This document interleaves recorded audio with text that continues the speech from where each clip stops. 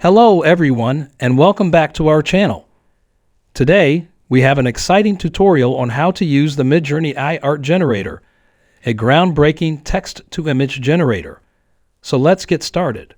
To access Midjourney AI, you'll need to join the Midjourney Discord community.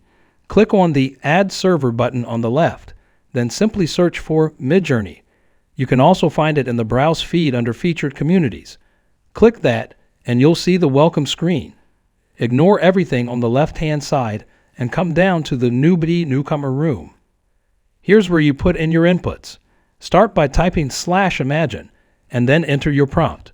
For example, let's try portrait of an Egyptian goddess wielding a lightsaber with the pyramids of Giza in the background, but the pyramids are taking off like spaceships set against an epic star-filled night sky. You can also specify the resolution like 16:9 and even add options like hyper-realistic and 4K for higher resolutions. Now press Enter. You'll be in the queue, and the generator will start working its magic.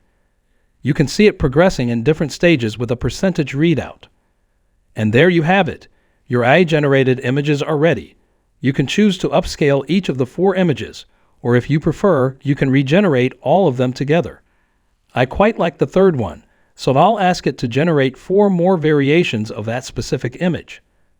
Now you have even more options to choose from. Once you've made your selection, you can upscale the chosen image. Keep in mind that AI Midjourney is free for the first 25 prompts. After that, you may have to pay.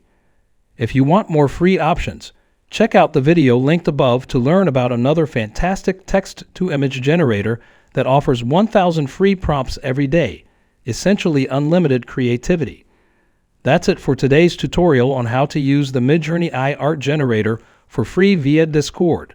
We hope you found this guide helpful. If you enjoyed this video, don't forget to give it a thumbs up and subscribe to our channel.